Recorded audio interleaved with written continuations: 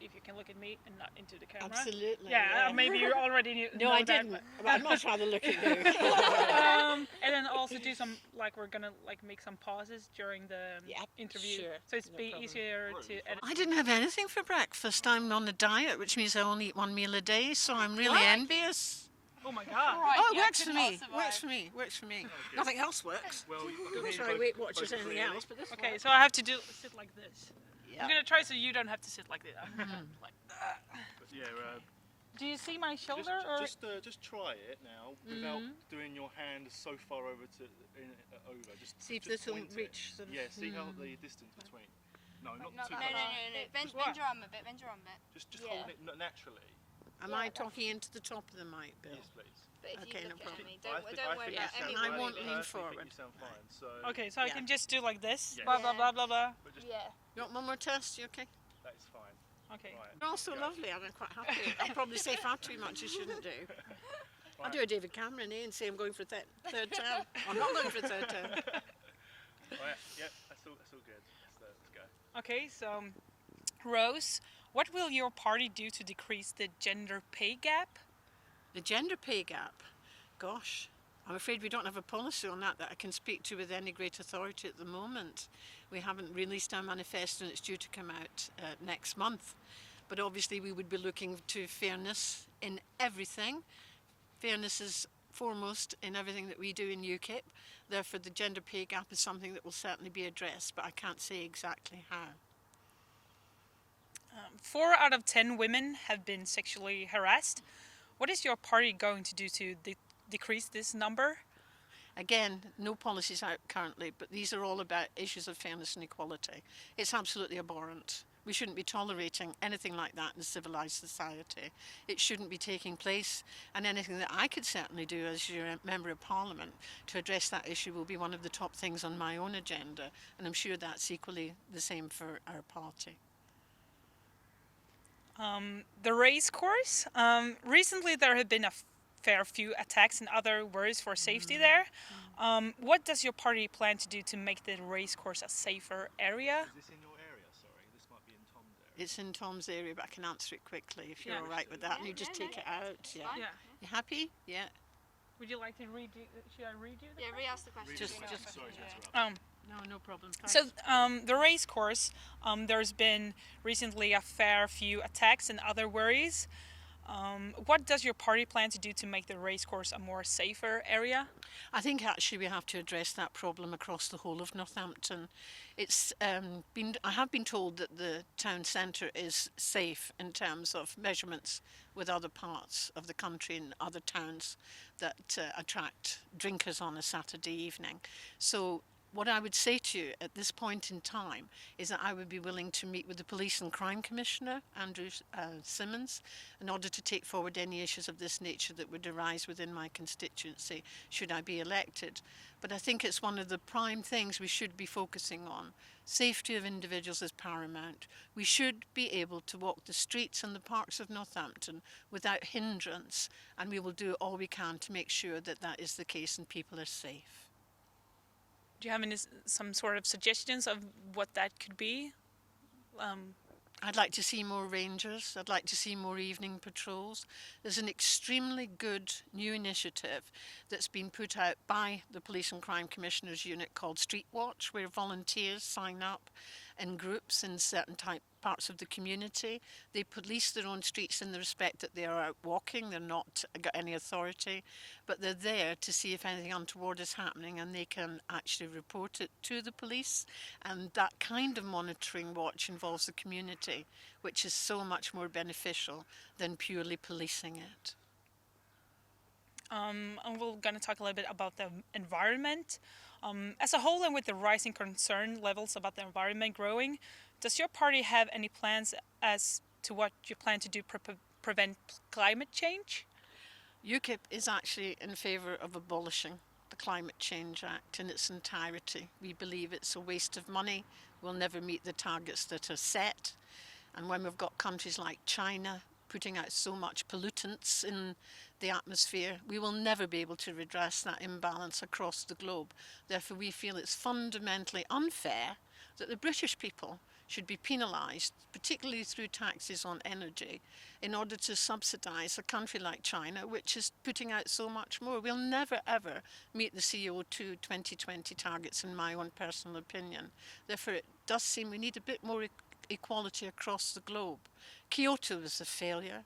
Every other sorry, I've lost the words. Every other conference that's been set up to target these CO2 emissions has failed because the larger industrial nations refuse to sign up and do their own part.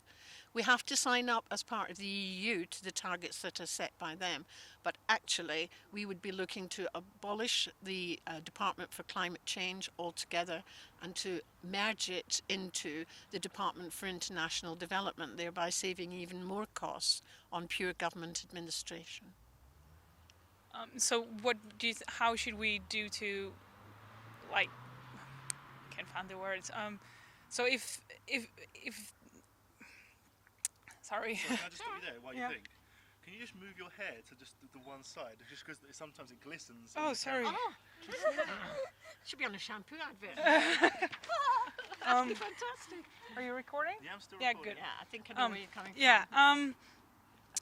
So you don't think that the UK can prevent climate change at all? Like can the people try to make a better world somehow? The whole philosophy of climate change has been researched, of course it has, but there is actually not any pure and fundamental evidence that it is due to anthropogenic reasons. In other words, our submission is that there is no real proof that it was caused a man-made cause. It could be an evolution of the climatic change that occurs in the earth throughout larger periods of time. If you go back to the Ice Age, for example. It's not a case of we wouldn't want to change the environment or help the environment to become better. It's not that at all. We simply don't subscribe to the Climate Change Act and the enormous amount of money that international and other bodies can make out of it. Already there are lots of other companies set up to deal with it. What we are saying is let it be fair. Let the Climate Change Act, introduced in 2008, that applies to the United Kingdom, be a worldwide goal, and those who fail to meet the targets of Kyoto should be brought to heel for it. There's absolutely no point that we as a small island are penalised in many respects for not meeting those targets when the rest of the world are allowed to get away with it, quite simply. We would sign up to anything that improves the environment, and we look closely at how we do that. But currently our policy is to abolish the Department of Climate Change and actually cancel the Climate Change Act. We will revoke it.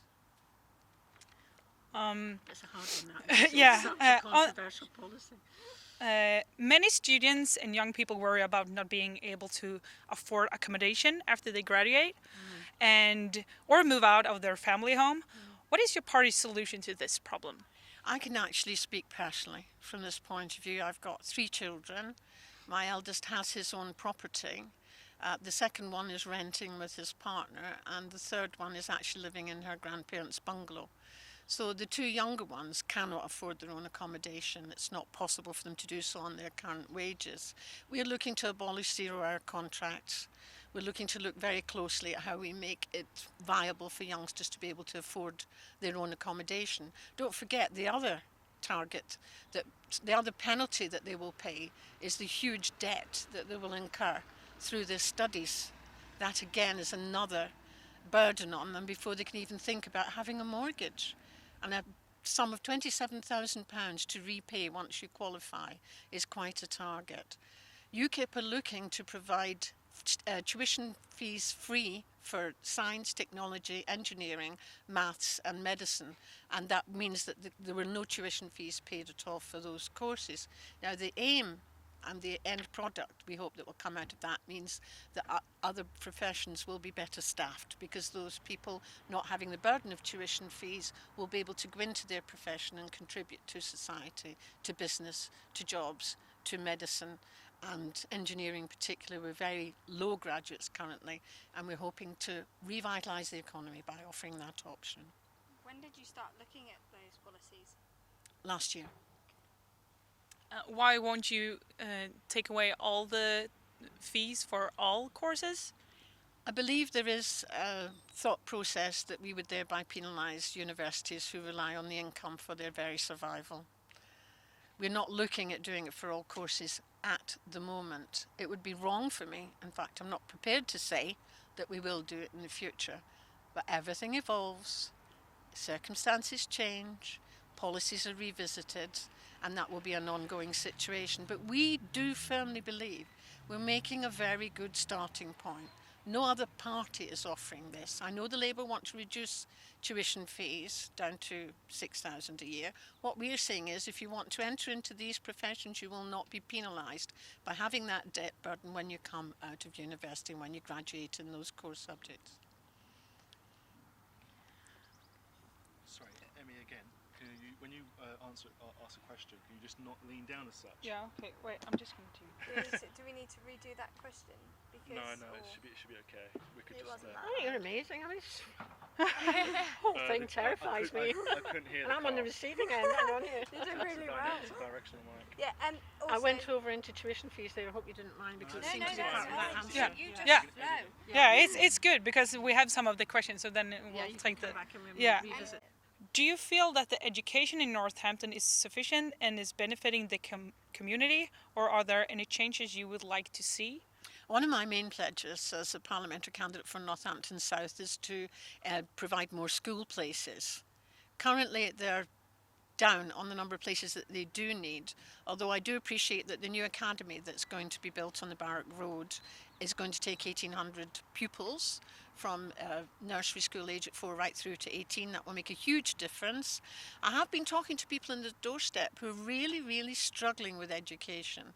They move here from outside of Northampton and they find, although they live perhaps within a very short distance of an existing school, it's not possible for them to get their children into that school. It's oversubscribed. Therefore, they've got to either walk or take the car some distance away to a school that has places. We will always, I believe, be short of school places. It's a situation that occurs across the United Kingdom. We need to build more schools. Unfortunately now, the decision making for building more schools has been taken out of the remit of county councils and it's now in the hands of government through the Education Funding Agency and the Department of Education. We need to work even harder in Northampton. That's why I've got it as a major pledge for my campaign, because we're facing the further expansion of Northampton, where there's been approval for 36,000 homes to come here. And that will be a huge burden on all of our infrastructure, including schools. And the other thing I'm bidding for is a new hospital. I do believe that by that time we will need these extra resources. That's why I've made school places one of my major pledges. What is your party going to do to help young people getting jobs? Can I go back to answering that by recalling the wish to abolish zero-hour contracts? It's fundamental that we open up the job market. I'm going to go into a subject now that I really need to cover because it is relevant in terms of young people in Britain getting jobs, and that's coming out of the European Union, so that there is no longer free movement of labour across the European Union. Therefore, people who are currently coming here to work, that they would have to come under a more formal agreement where we will introduce an Australian-based point system, bringing in only the necessary skills that we need to fulfil the positions that would be available within the country. That then will free up the job market to younger people. I am seriously, seriously worried about the future of young people. They've got themselves into a situation where they're going to study at university, they're going to come out of that with a debt that will take many years to pay off. They have to be given the opportunity to have a really good job, a good quality of life, the opportunity to own their own home and to bring up a family. And unless we come out of the European Union and stop the free movement of labour, we're going to have many, many more people coming and taking up the jobs that should be given to local youngsters and local people.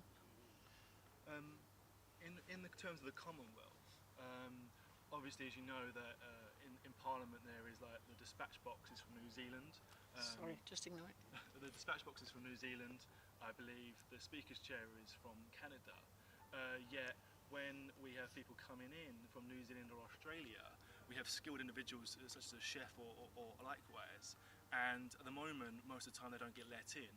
Would your party do anything to let people that have the foundations of our country to be allowed back in? That's the whole ethos of UKIP's immigration policy. It's an ethical policy. It doesn't actually discriminate from anyone coming from across the globe. Anyone who lives in any part of the world can apply to come and work here and have a visa and a work permit. But we will be introducing the points-based system so that we will bring people in for the jobs that exist and the skills that are short. We have seen the huge influx coming in the last few years. We haven't been able to get a net migration control. It's been a target that the Conservatives weren't able to meet. We are looking to redress that by giving more job opportunities, and there will be global job opportunities. The other thing about the Commonwealth, if I may pick up on the point that was just made, when we come out of the European Union, we are looking to widen our trade agreements, and we will looking to go back to trade with the Commonwealth. So there is more of a global approach. We believe in UKIP, the European Union has stifled us as a country. We're getting our decisions made by bureaucrats in Brussels. They're taking away the opportunity for the people of the country to make the laws through their natural house, which is Parliament. 75% of our current laws are actually made in the European Union. So that if we were to come out, we would regain control of all our own laws. The jobs and the skills would be able to be offered to people globally. At the moment, unfortunately, people out with the European Union are being penalised by not being able to come to the country. And that has to stop. What is your party's view on unpaid internships? I'm afraid I don't have a view on that myself or the party, but anything that stimulates education prospects and at the result of it, job opportunities for students is welcome. They can only be good. They can only enhance the product at the end of it, job opportunities. Also, the internship offers an opportunity for students to have a much bigger, wider view of the world, if you like, and what's available to them. I think they're one of the things that we would certainly look to retaining, but we don't specifically have that as an issue that I can answer categorically. Your question, I do apologise for that, but it's not something I feel that would be chased away. They're an important part of education currently. We don't, and within our education policy, we're not looking to change anything fundamentally. So I don't believe that that would be something that would be disbanded or taken away in any way. I think we've done some of those, haven't we? Yeah. We did Are international students a good or a bad thing? I mean, you said that you don't like if people you don't want anyone to get here and job and like work. But what do you think about education and international students? Oh, forgive me. I want everyone to come here and work. It's not barring people from coming to work. It's making sure we have the skills to fit the job's needs so that we can not be facing the prospect we are currently where GPs are going to retire and there's no one to replace them. Where the National Health Service is short of nurses, short of consultants. We don't want that. We want everyone to come provided they have the skills that we need to fulfill the jobs. International students, very welcome. What a wonderful thing for the country. We all have to be outward looking. We all have to expose ourselves to all different types of cultures. That's the essence of being a human being at the end of the day. And they are fundamental to the sourcing, the financial sourcing for our universities. I firmly believe that's why our universities have been able to grow, why they've been able to invest more in what they provide, why the courses are so exquisite, the variety of courses, the material that's offered, the equipment that's offered. You can't do that if you don't have the funding, and quite a proportion of that funding comes from international students. We certainly wouldn't be turning them away either. So many young people out there might think that their vote won't make a change and therefore they don't tend to vote. What would you say to them to make them want to vote? What I would say to them is, this is your future. I've had my past. I've come out of retirement to do this because of the principles and values that I have, and I feel I can make a difference to people in Northampton. People matter to me. They matter very, very much. But what I would like to see is politics brought into the curriculum at a much earlier stage. I do believe that 11-year-olds are quite capable of having a study period in the week where they can start to unravel and unpick the structure of government, which currently runs, as you know, from parish councils to borough, district, county, and then government and 2 houses of parliament. I think it's important that people should know what they're voting for when they become 18.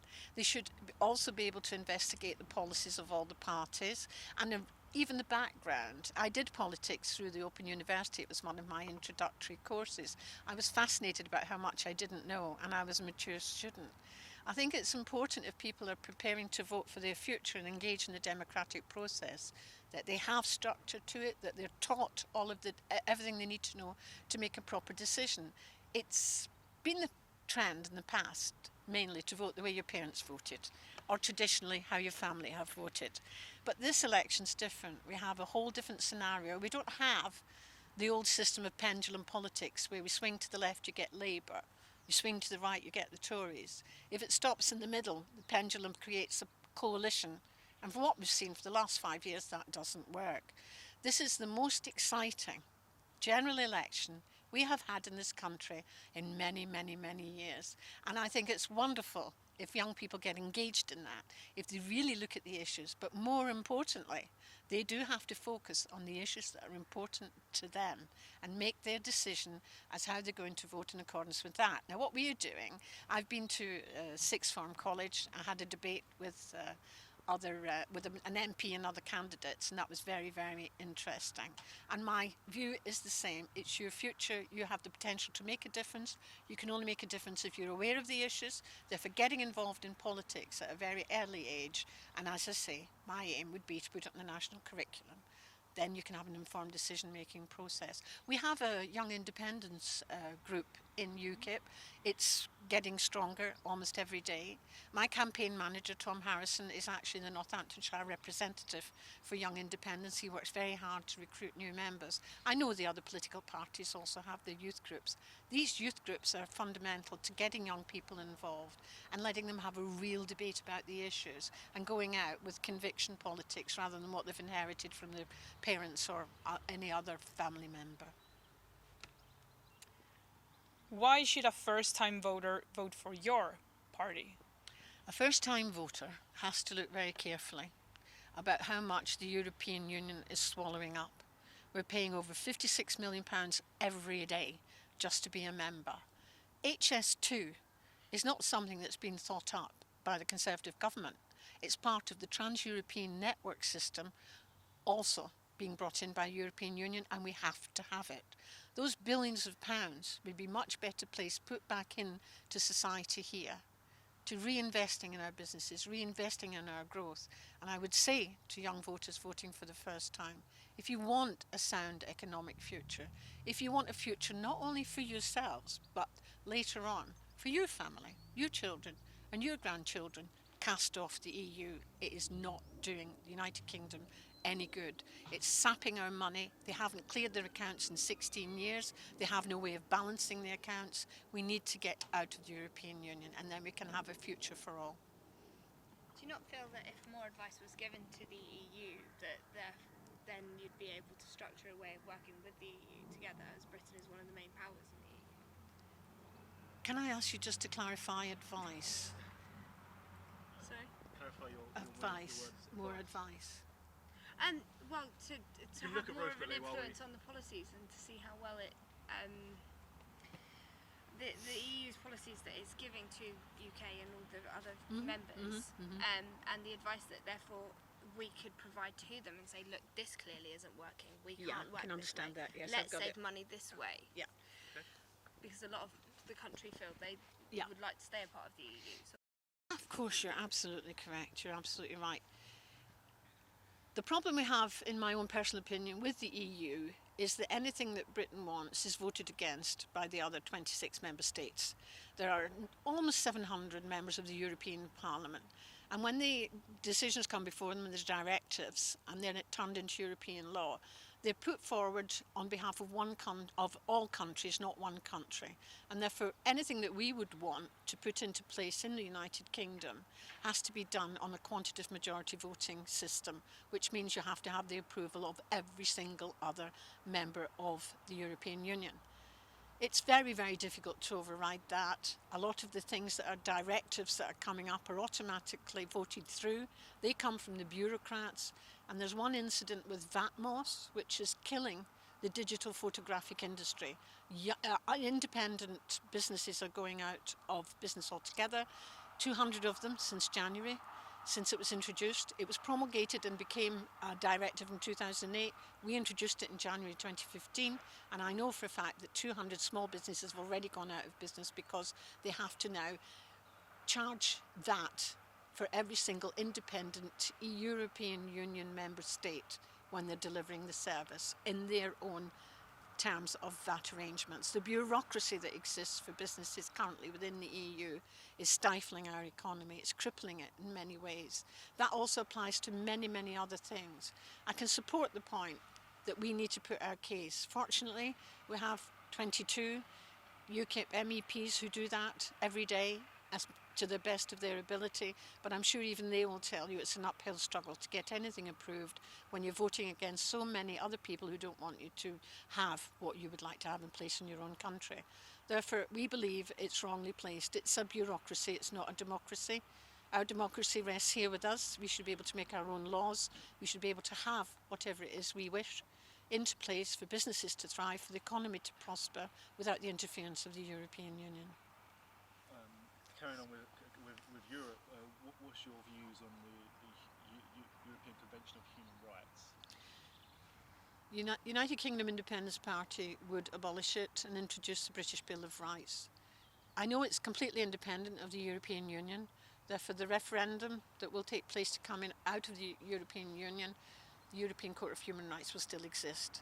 I understand the principle and fully appreciate the principle on which it was set up to bring peace to Europe. It was a wonderful thing to do at the time. It meant that stability was immediately brought after the war, and we had a cohort where those decisions could be made. But we've gone to the extreme now. The Human Rights Act is being applied in lots of cases, even to stop illegal immigrants from being repatriated to their own country. We believe that a British Bill of Rights is better to serve the British people so that they can have what they want in their own country.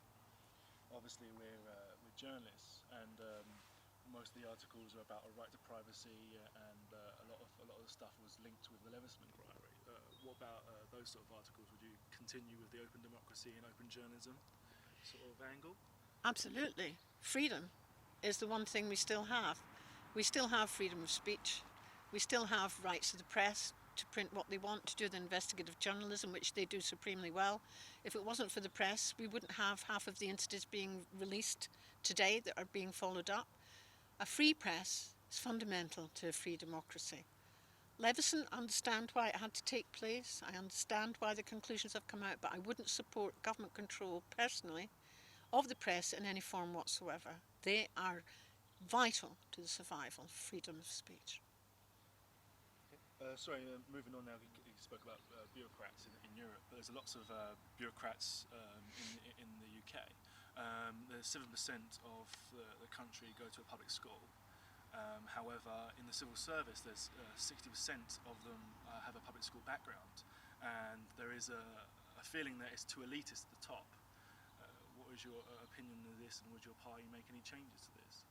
If I might give my own personal background, I joined the diplomatic service when I was 22, and therefore I have exposure of being at the bottom rung of the ladder in terms of being the secretarial support staff element of the Foreign and Commonwealth Office, not the diplomatic core of it. I joined in '69, and I was seeing that. I had visual evidence of that and practice of that every day, the elitism. But we have to bear in mind that that particular element, serving the diplomatic service, had to have those skills in order to present themselves properly as diplomats, and the language skills. I think the civil service has gone quite a long way to eradicating it, but I do understand that that problem still exists. The Foreign Office has brought in a huge raft of new changes to deal with that. It's the only one I can talk about. But I'm absolutely devastated at the recent comments by Jeremy Haywood that civil servants have to be gagged and mustn't speak to the press. That will take away freedom of the press. That will stop a valuable source. We undertake within the health service to provide protection for whistleblowers, because we feel again that those issues need to be brought forward. So whistleblowing is important. The elitism must be removed. Everyone has a talent. Don't have to go to private school to prove it. There are lots of ways of engaging across the whole of the education spectrum to get people to go into the civil service. I think perhaps the perception of people out with it has been exactly what Bill has said. perhaps haven't even gone for it because they consider it elitist. And I know, because my sister tried to enter the diplomatic service at a higher level than myself. She's a university graduate, and she said it was such a tough process that she gave up. She got to the first stage, but not the second. Now, again, that was in the middle 70s. So perhaps that process isn't as hard for people to achieve, and people are graduating every day with honours, with firsts, with masters. They've got the capability, they need to be offered that opportunity. They have to be part of it. How will we learn if we don't have people from a wide range of backgrounds contributing to the civil service? It shouldn't be a cosy little hub for private school educated people to slip over into. Remember the old days? Oh, you won't, you're far too young. The old days of the pinstripe suit, the brolly and the bowler hat. John Cleese epitomised it, and Ronnie Barker and, Ronnie Corbett, when they had the 3 levels of class. And that's how it used to be. Civil servants marched down Whitehall in unison in the pinstripe suits, the briefcases, the bowler hats and the brollies. Those days have long since gone. And we have to embrace that. We have to make sure that we have people from all sectors of society, all contributing to what will be a wonderful future for our country. That's great. Thank you. Other questions? Is there anything else? I think it's a lot. Yeah, I think that's great. Is if we're gonna have like 5 aims, or if we should have that as a What a summary. summarizing. The 5 top things you'd like to do. Yeah, sure. Should I read the question? Hang on, let me just pause it because it's been really long. Oh. Because our policies aren't as wide-ranging as they should be. Yeah. We're still a fairly young party coming over. We're like an express train that's rushed through from last year. We learnt on the Euros. I mean, I'm not on board that long. I was selected 15 months ago, which is a long time. So we're learning every day. We're moving Yeah. forward. We're all having to develop. I've never done politics before, but my focus is people with Yeah. politics. So it's all about, I think, I hesitate to use the word genuine, but I think that's Yeah. what I was Yeah. hoping would come across, that they're not just political spiel. Thank Yeah. you. It's all about, engaging with people, making sure everybody's a part to play in society, Yeah. fairness, equality. And we're not, sorry, I won't get on to politics, I'm not going to say anymore, but we're not ever portrayed, we're anything Yeah. but. It's just that we're Repetition. we're gonna try to interview pretty much every party. Yeah, So we good, have similar good questions. suggestions, yeah. So Well, that's you why maybe we're on some topics that Yeah. you're not. Yeah. Um, Well, you can pick theirs because they'll have policies Sorry, they've been in Yeah. practice. Again, just talking casual. Yeah, sure. Was you quite surprised about Mark Reckless and Douglas Carswell, or was that exciting for you, seeing the party move on forward? Yes, I was at the Doncaster conference. We had absolutely no idea what was about to happen, and the spontaneity and euphoria that was created when he came on the stage and said he was defecting. There are clips about it. We all stood up and just started going, UKIP, UKIP, UKIP. Yeah. The whole audience, and we were just overwhelmed by it because we'd already got Douglas Carswell in, and he was very, very welcome. A proper, experienced MP. He's been doing the job for 20 years, knows what he's talking about. Didn't like having the whip, didn't like not being able to vote for his constituents. Well loved in Clacton, well respected. And we got him, but to get Mark Reckless as well, we went down and helped Mark. I've met him, he's charming. We went down and met him. We stayed 2 days doing Rochester and Strood, doing some leafleting and canvassing for him. And he's a very sound man. He's quieter, much quieter, but he's just as sound. He's not terrified. Let me tell you a story about Douglas Carswell. If you watch the Inside Politics programme, we've been watching you it, watch yeah. So you have to go along and you take your little card and you have to get it in. So good. Yeah. Yes. So he decided he would plop himself in the front bench of the Labour opposition. Yes, I saw that. He told us this at Margate conference, and it's so funny. He said, so I'll go along, put Douglas Carswell and put my card in the holder. He said, and I got back later and I thought, oh, that's interesting. Somebody's put FO on my card. He said, well, that's nice. They want me in the Foreign Office. it was just the way the man is. Yes. Of course, it meant something entirely different. Yes. But it was quite nice. He said, but I haven't retreated. Mark and I sit together on Yeah, the I've seen opposition that. Labour front benches. We weren't going to be sitting at the back with anybody. And that's courageous as well. But they're To good do people. something like that is very, very courageous and very brave for them. To be honest with Their you, Bill, opinions as well. talking personally here and amongst us, I think it added tremendous kudos to our party. We didn't have any MPs before that. We had huge success in the European Parliament, did really, really well. But actually having 2 experienced MPs fighting for us and Mark Reckless was heckled beyond belief Yeah. at the first major speech he made, but he kept going because he wanted to be heard. And Speaker Bercow was letting it happen. We can all understand why. But at the end of the day, he did call it in because he's entitled to be able to speak on behalf of his constituents. But I think for us, the resounding vote for him and Douglas, having moved over to UKIP, proved that there was perhaps an undersurge of feeling that that would be a good choice for them. And somebody said to me the other day, did Mark Reckless feel he had it in the bag? I said, you watch the video of his acceptance speech, watch the video of the results. He was hugely relieved. I think right up until the announcement of those figures, he wasn't sure Really? himself. Wow. And then that was it. Here we are. I'm originally from Essex. Oh, right. And Yeah. so I'm in Brentwood, just a bit where Eric Pickles Yes. is, Yes.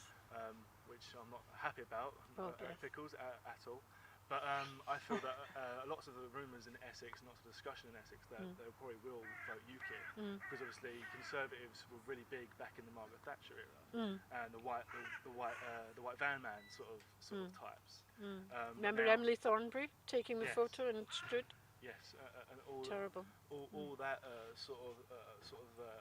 I think there's a lot of momentum actually now in Essex. Of That's UKIP. very interesting. Dawn. So Yeah. she Thurrock and Grays. I Oh, believe, Thurrock, yeah. Thurrock's because good they for have us lots because that's Tim Aker.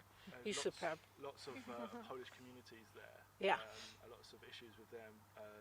Yeah. There's lots of like a Polish sort of mafia around there. So I can lots imagine. of disgruntled Yeah. voters that Voters, might yeah. deflect to the UKIP this year. Another thing that fascinated us as canvassers was Poles who have come here and established themselves here saying, don't want any more of them in.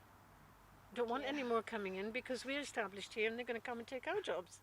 And the Indian community, pinching the little corner shops, the businesses are going out because Eastern European former countries, people are coming over free movement of labour to establish themselves and work. But to me, again, this is completely off the record, I had an instance just the other day when a builder was trying to get some work and he quoted this chap £120 and the chap said, that's too much. He said, I can't do it for any less than that. That's everything, materials, labour. He said, no, I can get it done for 70. He said, where are you getting that from? He said, a crowd of Poles come over from Poland, they do 6 weeks work, I give them the cash in hand and they go back. So non-declared income, non-declared income tax, non-declared national insurance. The prospect, Bill, as you say, like the Polish mafia, the prospect for corruption is rife, but no, I can't say what I really want to say. There are certain people who know how to work those types of system, that's all I'll say. My dad is the director of logistics of the cooperative in Wow. Gosh, Gosh, so logistics and all that. yeah. And the problem they're facing at the moment is because lots of the warehouse staff are Polish. Yes.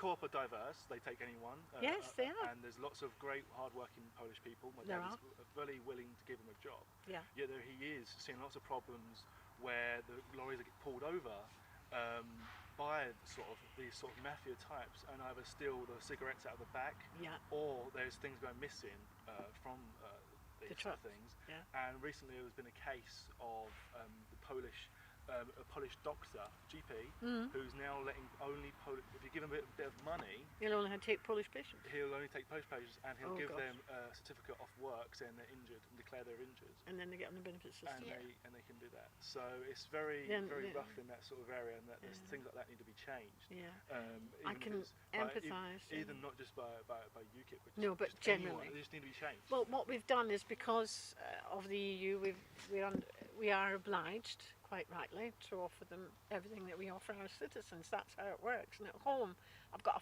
fascinating paper that a Telegraph journalist did. I came across it yesterday and I was cheering. Ian wasn't at home. He thought I'd been gone off on one. A little booklet, and it goes through Bulgaria, Romania, Poland, all of the former Eastern Bloc countries, Latvia, Lithuania, and it tells you exactly what you're entitled to there. If you were to move from here to work in Bulgaria, they won't give you a house, they only give them to Bulgarian citizens. No, you can't get a job, that's for Bulgarian citizens. No, there aren't any benefits, we don't do benefits in this country. So what we have is this utopia that they all see. Because it all exists, I suppose really what we're looking at is what the Tories have started on to try and make changes. We've got a huge raft on people coming here to work. They must have a job, they must have guaranteed accommodation, and they're not allowed to claim any type of benefit until they've worked and paid into the system for 5 years, and they don't get in at all unless they're private health insurance. So that's what we're looking to tighten up. It's not just controlling the borders, it's actually working a new system Yeah. so that all these abuses may in the end abate. Yeah. I don't know what they would do, because they would go back obviously to their own countries if they felt they wished to, but some things get under the wire, don't they? Things always get under the wire. Always get under the wire. So we have to protect ourselves, but how do we do it? We've got plenty of legislation. We've got lots of legislation. We have hundreds of laws introduced every year, but we don't have any regulation. We don't have anyone to actually regulate that. Yeah. When do you see police checking speeding motorists on a 20 mile an hour? What police? You know, it's that kind of level where we've let it slip. And the Police and Crime Commissioner was in the paper last week saying, oh, well, I've increased the policing numbers. And I went, you know, I don't do stats. I went, well, that's so many in that year, and that's so many there, and that's so many in that. Now, so just so we keep your, Yeah. that's it. Should your party get into power, what are the top 5 aims that your party wants to change in government? I'm so sorry, Emmy. I thought you meant me. I've got 5 Oh, aims. do it, Oh, do it. okay, then we do that. Do it, Okay. Northampton. I'm so sorry. Either way, Okay. I mean, we Yeah, have- yeah. No, I would take that. No, We'll take no, that. no, No, that's a I better can question. watch Take it on votes. in a minute. We'll have the top 10. Yeah. I'll give you a brochure. I haven't got one. Sorry, Okay. I thought you were going for me first. I'm going. I'm prepped. I'm not prepped at all. Okay, okay. What are your 5 top aims? For Northampton, I would like to see a new hospital. I'd like to see better roads and a better road infrastructure to go with them. I'd like to fight for more school places, because we're looking at 36,000 new houses coming, as I mentioned before, and we don't have those facilities currently. In addition to that, in order to get to constituencies' everyday lives, I'd like to deal with litter, with fly tipping, which is a huge issue we're finding when we're canvassing. I'd like to deal with street cleaning. But one of the most fundamental things that has to be done in order to cope with the expansion and to provide a better service to those people who were flooded in St James many years ago is to put in an enhanced, proper flood defence protection for the town. That has to be in place, and currently, although there is one, it needs improving. They're my 5. Right, the party's top 10. God, I Oh, wish no, I'd no, brought no. my I brochure. meant Okay. the policy's top I want 5. I want to add that tiny bit on education, if you can fit it Yeah. into the education Yeah. bit when What you're what ready. is the question? There Or was do you? one there somewhere, but I didn't tag it on. I'm talking about apprenticeships. Will Oh, it go yeah. in If- somewhere? if we yeah, you just can. You go- can Yeah, fit or it you in. just- Yeah. Yeah. Yeah, If you just start like Yeah. according to blah blah. I've got it. Yeah, I've got yeah. it. I know what I'm saying. You Yeah, say what you wish, yeah. thank you. You're permitted. You No, you try, have to say this. you try stopping me. Well, that's your job. Sorry. Be serious. Put on the politician face. Is that the politician face? Or is it the poker face? You can't smile or anything. Reverend, I am jolly. Oh, I smile too much. I love it. One of the policies UKIP has that excites me greatly is introducing apprenticeships in the core GCSE years. Sorry, I've messed it up. I do apologise. Let No, me we start can again. just start over. That's okay. We have time. Rain Sorry. on water. The wind's got better. One of the things I'm most excited about in terms of our policy is enabling students in the GCSE study years to have apprenticeships instead of non-core subjects, and that will span over 2 years, and then if they wish to, they can continue it past that into the A-levels. This is just not an ambition, it's a proper policy, properly thought out. The apprenticeships will be controlled under proper supervision so that those that qualify at the end of the study years will have a qualification to move on with. It takes me back to my own youth. I studied the equivalent GCSEs, and then I wanted to be a teacher, but my parents couldn't afford to send me to teacher training college. Fortunately, at that time, a secondary school had just offered an intensive commercial course which lasted a year. So I joined that, and I studied shorthand, typing and bookkeeping and accounts. So within that year, I came out with qualifications, acceptable working qualifications in those subjects, which enabled me, together with my language skills from my O-levels, to have a full career in the diplomatic service, and I'm very grateful for that. I'd like every student to have that opportunity. Vocational courses, apprenticeships are just as important for those who feel that a university is not the place for them, and that is one of UKIP's policies that I certainly subscribe to for future generations. So, That's great. you get Where's down the now. water coming from? Rain. It's the rain. Really? It is Doing it about. earlier. It's about. I yeah. first thought that a bird poop. If you Camera. finished, if you just like pause. and Yes, just of course. look Yeah. For about 10 seconds. Attention, yeah, So straight just, to camera. Yeah. Introduce yourself, maybe No how many problem. years, just a little bit of background. It's up to you. Yeah. And then just pause. Just in some Okay, sentences. yeah, no problem Yeah? at all. Yeah. Okay. My name is Rose Gibbons. I'm the UKIP parliamentary candidate for Northampton South, coming later in life to politics than most people. I've come out of retirement because I'm passionate about two things. The first one's people and the second one's politics. So this gives me an opportunity to join the two of them together.